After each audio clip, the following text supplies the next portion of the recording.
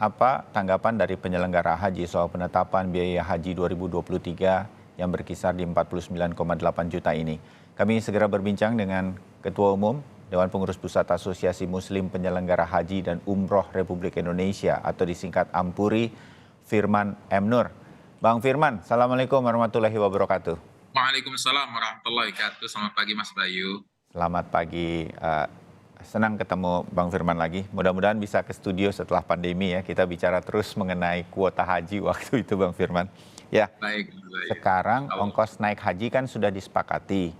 Tanggapan dari teman-teman di asosiasi 49,8 juta ini kita tahu ini digodok sedemikian rupa pemerintah DPR mengawal khusus, Bang Firman? Iya, Mas Bayu. Kami dari AMPURI melihat bahwasanya pemerintah, Kementerian Agama dan DPR sangat serius menggodok untuk memberikan solusi terbaik bagi jamaah haji yang akan berangkat tahun 2023 ini. Walaupun secara realita penawaran harga yang pertama disampaikan oleh Kementerian Agama sangat tinggi dengan 69 juta, namun ketika semua pihak sepakat untuk membahasnya secara serius, terjadilah jalan tengah yang menurut kami di AMPURI sangat realistis, dan itu benar-benar kondisi yang ada di lapangan. Sebagaimana kita ketahui dalam diskusi yang panjang ketika pembahasan tentang biaya ini, adalah ada gap yang sangat jauh Mas Bayu antara harga realita, harga asli dari total biaya sesungguhnya dengan biaya yang dibayarkan oleh jamaah selama ini. Bang Firman, boleh tahu nggak kalau AMPURI dan teman-teman asosiasi itu secara perhitungan memang tinggi sekali sebenarnya ongkos naik haji itu ya, Bang Firman, boleh tahu? Betul Mas Bayu, betul. Tapi harganya kan sudah 99 juta, namun kemarin disepakati diturunkan sampai 90 juta. Namun yang menarik bagi kami dan apresiasi setingginya, jalan tengahnya luar biasa sekali. Masyarakat hanya diberikan beban 55,3% dan sisanya dilakukan dari optimalisasi dana. Namun ke depan kita berharap adalah adanya solusi-solusi yang lebih menarik. Karena bagaimanapun tentu kita ketahui masyarakat menginginkan biaya yang semurah-murahnya Mas Bayu. Jadi intinya adalah dana setoran yang ada di BPK kita harapkan bisa dioptimalkan lebih banyak lagi. Angkanya kalau bisa lebih dari 2 digit. Sehingga mampu untuk membiayai lebih banyak porsi persentase daripada komponen biaya sesungguhnya. Mudah-mudahan itu bisa menjadi sesuatu yang kita harapkan. Oke. Komponen biaya, kemarin kita berbincang dengan Bang Aceh Hasan Sazili, Bang Firman, berkaitan dengan komponen-komponen biaya. Ini solusi pada saat ini sedemikian rupa adalah juga dengan berbicara dan kemudian menekan pembiayaan di sektor transportasi, akomodasi, juga konsumsi. Tapi dijanjikan bahwa ini akan dikawal Komisi 8 sedemikian rupa agar tidak mengurangi servis atau kualitas dari servis atau pelayanan terhadap para calon jemaah haji nanti atau jemaah haji nanti. Bang Firman, ini bisa dilakukan? Ya, kami melihat sesungguhnya perlu gerak cepat cepat setelah harga ini ditentukan dari semua komponen di Kementerian Haji, Kementerian Agama untuk memastikan paling tidak dengan budget yang ada ini, Kementerian Agama dapat mendapatkan akomodasi yang terbaik. Itu yang paling penting. Karena kondisi di lapangan Mas Bayu, sebagaimana kita ketahui, kuota tahun ini kembali full 100%. Artinya ada peningkatan jumlah jamaah yang sangat signifikan, sedangkan akomodasi dalam 2 tahun semenjak pandemi kemarin hampir tidak ada penambahan. Jadi tetap akomodasi yang sama. Sebagaimana kita tahu, tentu orang tidak melakukan investasi dalam properti ketika pandemi semuanya adalah hold.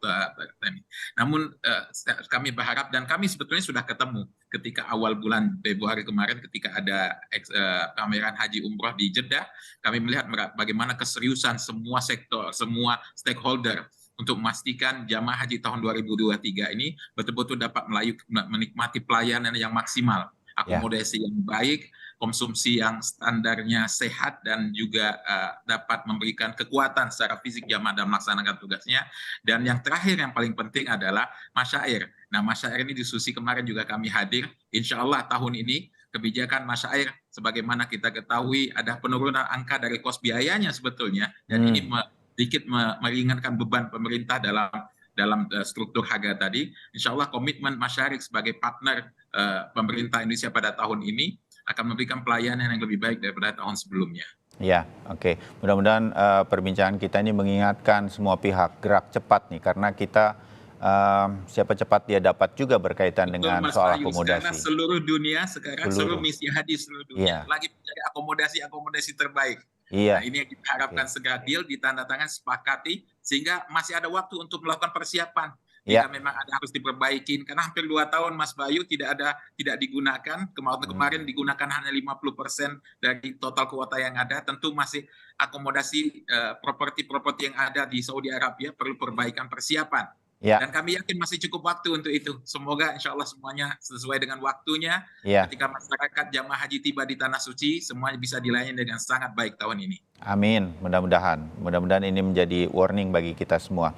Eh, Pak Firman, tanggapan dari para calon jemaah haji. Saya tahu kan ada 3 bagian yang kemudian sedemikian rupa di mana ada 2 jemaah haji ini sedemikian rupa akan terdampak dari ongkos naik haji yang naik jadi 49,8.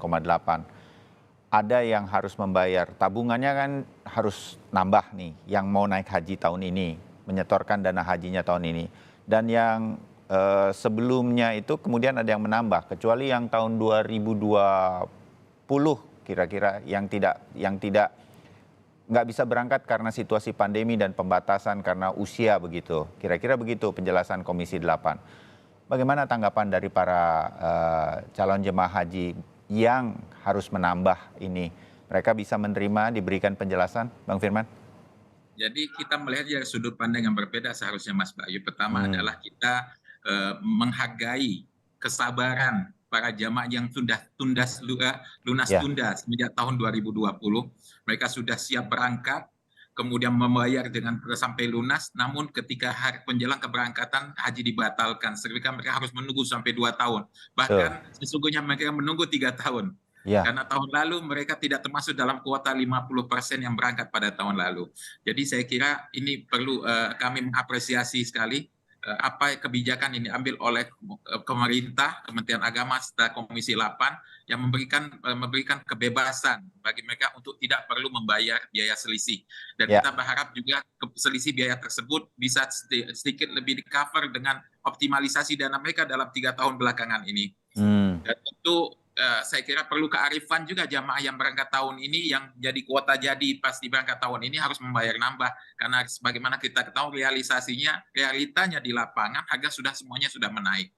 Namun sebagaimana kita ketahui, alhamdulillah hanya 55% yang dibebankan, tidak sampai ya. 70% sebagaimana konsep yang awal. Saya kira itulah. Dan yang kedua adalah penting keikhlasan kita bersama Mas Bayu ketika kita menjalankan ibadah. Karena keikhlasan itu akan menjadi semua hal menjadi ringan. Kita berharap juga jamaah-jamaah yang harus menambah biaya dibukakan pintu rezekinya, Amin. dimampukan oleh Allah Subhanahu wa taala. Karena Mas Bayu perlu kita ketahui perjalanan ibadah haji dan umroh ini bukan karena kemampuan kita, tapi karena Allah memampukan kita dan Ya, memberikan kesehatan secara ekonomi, kita diberikan keluasan untuk bisa membiayai perjalanan ibadah haji kita.